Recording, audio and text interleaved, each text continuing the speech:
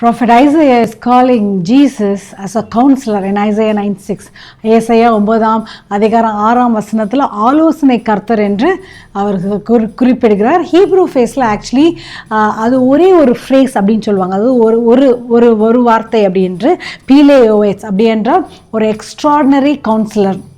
இதில் ஆலோசனை சொல்கிறவர் அதோடைய கருத்து பொருள் the main meaning for this councillor is ஒரு ராஜா எப்படி ஒரு கரெக்டான ஒரு அட்வைஸை கொடுத்து அவங்க மக்களை அவர் நடத்துகிறாரு அப்படின்றதுக்கு அது அந்த கவுன்சிலர் ஆலோசனை என்பதை அவங்க ஒப்பிடுறாங்க. இன்னொரு இடத்துல நம்ம இந்த வசனத்தை பார்க்குறோம். எரேமியா 32ஆம் அதிகாரம் 19ஆம் வசனம். அவங்க எல்லாருக்கும் தெரிஞ்ச வசனம், யோசனையில் பெரியவர், அவர் செயலிலே வல்லவராயிருக்கார். யோசனை என்றால் அது கவுன்சிலர், ஆலோசனையில் அப்படி என்று in English it is he is very mighty in is work and is good in is council அப்படின்னு போட்டிருக்கிறது.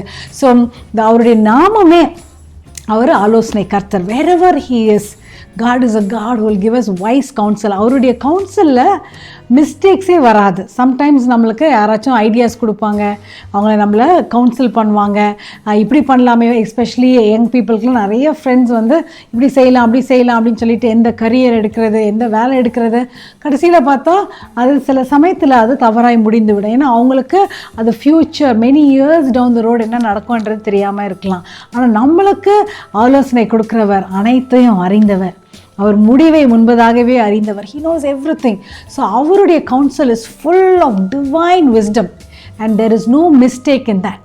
அப்பேற்பட்ட ஒரு ஆலோசனை கொடுக்கிற ஒரு கர்த்தர் நம்மோடு கூட இருந்து நம்மை நடத்தி கொண்டு இருக்கிறார். அது எவ்வளோ ஒரு பெரிய ஸ்லாக்கியம்.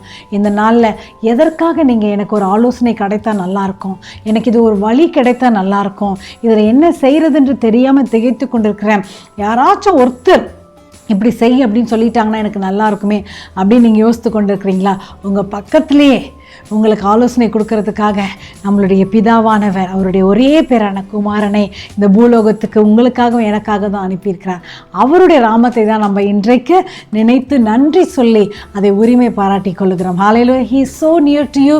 உங்களுக்கு அருகில் இருக்கிறார், உங்களை வழி நடத்த இருக்கிறார், அவர் பெரியவராக இருக்கிறார். ஜெபிக்கலாமா?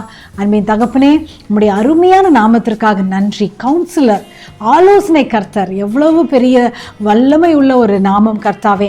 அந்த நாமத்தை எங்களுக்கு கொடுத்துருக்கிறதுக்காக நன்றி. என்னென்ன காரியங்களுக்காக உம்முடைய பிள்ளைகள் குழம்பி போயிருக்கிறாங்களோ, என்னென்ன காரியங்களுக்காக எனக்கு ஒரு முடிவு தெரிஞ்சிட்டா போதும் நான் உடனே அதுக்கு செயல்பட்டுடுவேன் என்று குழம்பி இருக்கிற உம்முடைய பிள்ளைகளுக்கு இந்த நாளிலே தெளிவான பதிலை நீர் அனுப்பும்படியாக ஜெபிக்கிறோம்.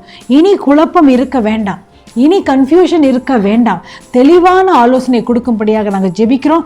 இந்த நாளில் அவங்களை ஆசீர்வதியும் கர்த்தாவை பொறுப்பெடுத்து காத்துக்கொள்ளும். We give you all the glory. In Jesus' name we pray. Hallelujah.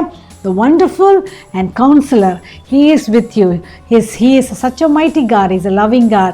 He came in the form of man because he loves you and me. Have a wonderful day and celebrate these days before Christmas. Christmas பண்டிகைக்கு முன்பதாக இருக்கிற இந்த நாளில் சந்தோஷமாக களி கூறுங்க, அவருடைய நாமத்தில் மகிழுங்க. அவர் உங்களை திருப்தியாக உங்களை வழி நடத்துவார். Amen. Have a blessed day. God bless you.